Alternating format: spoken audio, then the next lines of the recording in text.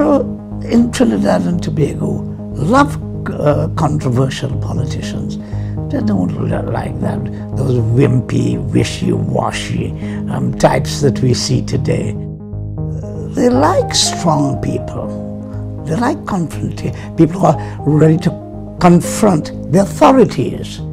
As a boy in the 1940s, Ramesh Lawrence Maharaj worked in his parents' shop in Diamond Village. There he saw firsthand the abuse, neglect and injustice suffered by people in rural Trinidad. And in those days you had the barrack system in which people lived in the barracks. And most of my friends were living in the barracks. So I went into the barracks. I used to eat with them sometime in the barracks. And I saw their way of life in that they were trying to make two ends meet. And my parents were given credit to them.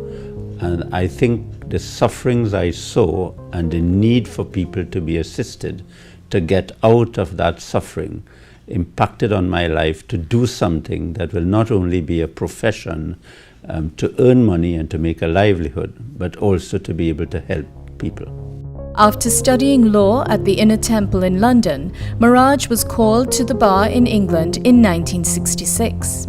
Soon he returned to Trinidad to set up his own chambers, becoming involved in civil and human rights law. I appeared in very controversial cases, many cases in which people were not popular causes in Trinidad and Tobago. For example, there was a Rasta man who had his hair cut in the prison. And I took the position that you could not do that against his will because he was saying that his hair was part of his religious belief. And in those days, taking up those matters, I filed a case about it. I was not successful. In 1975, Ramesh Lawrence Maharaj accused Justice Sunny Maharaj of unjudicial conduct before the court and was charged with contempt of court and sentenced to 7 days of simple imprisonment. Never one to back down from a fight, he challenged the charges before the Privy Council and won the lawsuit. I tried to intercede in the incident between himself and Justice Sunny Maharaj. And I rushed over to the police station, and there he was, and I said, listen, why don't we just go back and apologize to the judge and let's get this thing over with? And he was very adamant. He says, no way will he do it. I think he did spend the 7 days in jail, if I remember.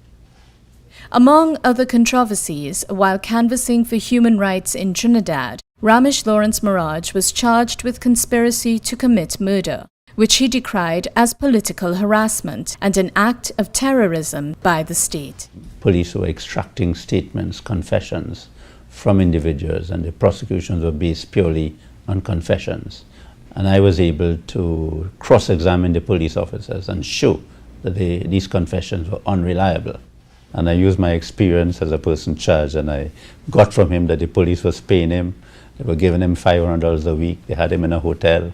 They were given police transportation, police guard, and the case was thrown out.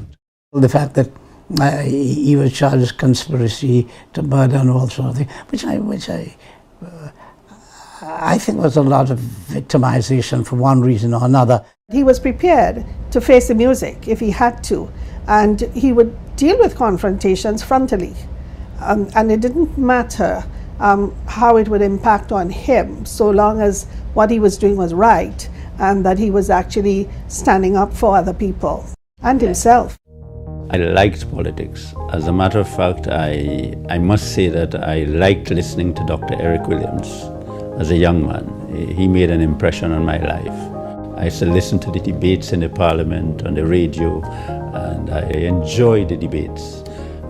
But I never thought that I would want to enter into politics. But when I got into it, I loved it.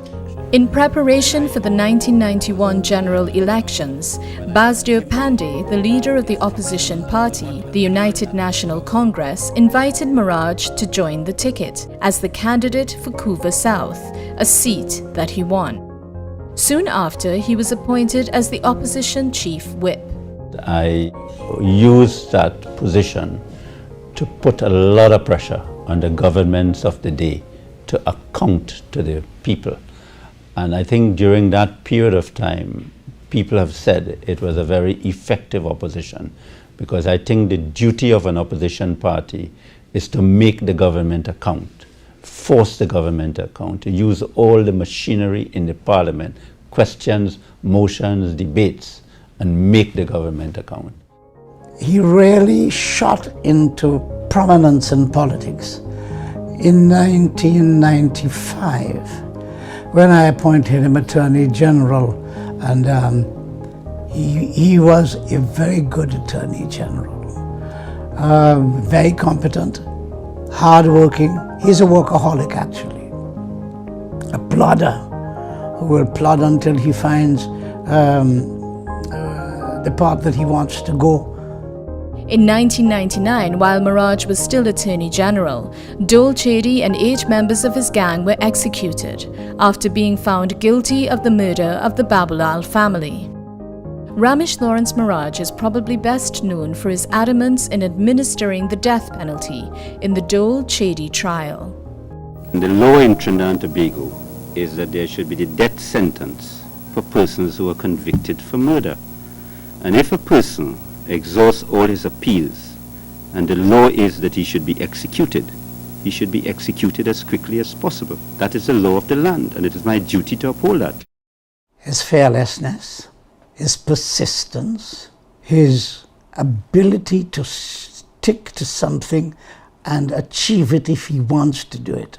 And I think that came out more than ever in the trial of Dole Chedi, who boasted that we can't do him anything, and he was so strong and so powerful and so on and so forth.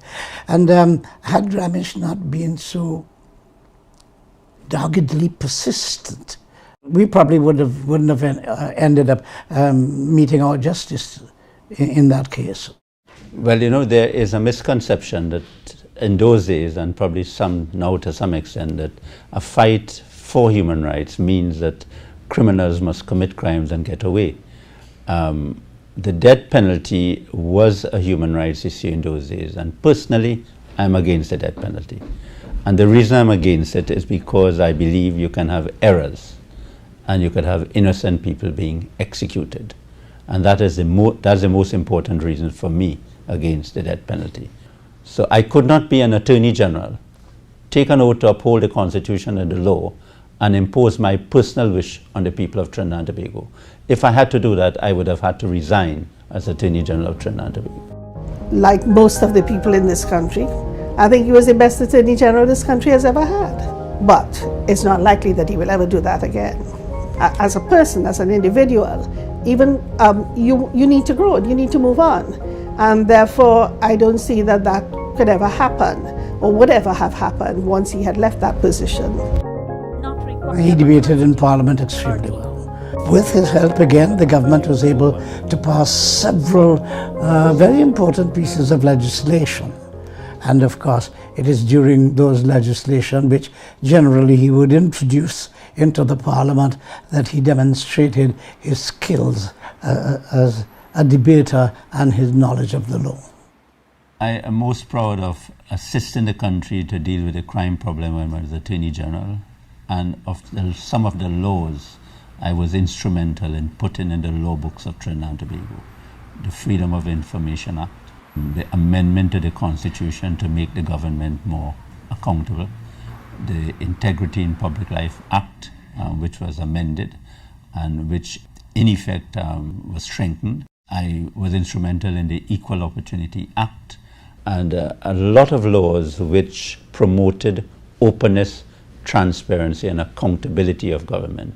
So I am very happy that I left a legacy of law reform which would strengthen the rights of people and not take away the rights of people.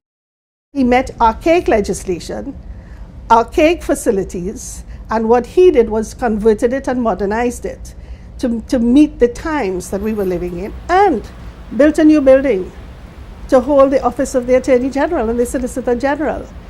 If you remember that period between 1995 to 2001, the crime rate had gone down.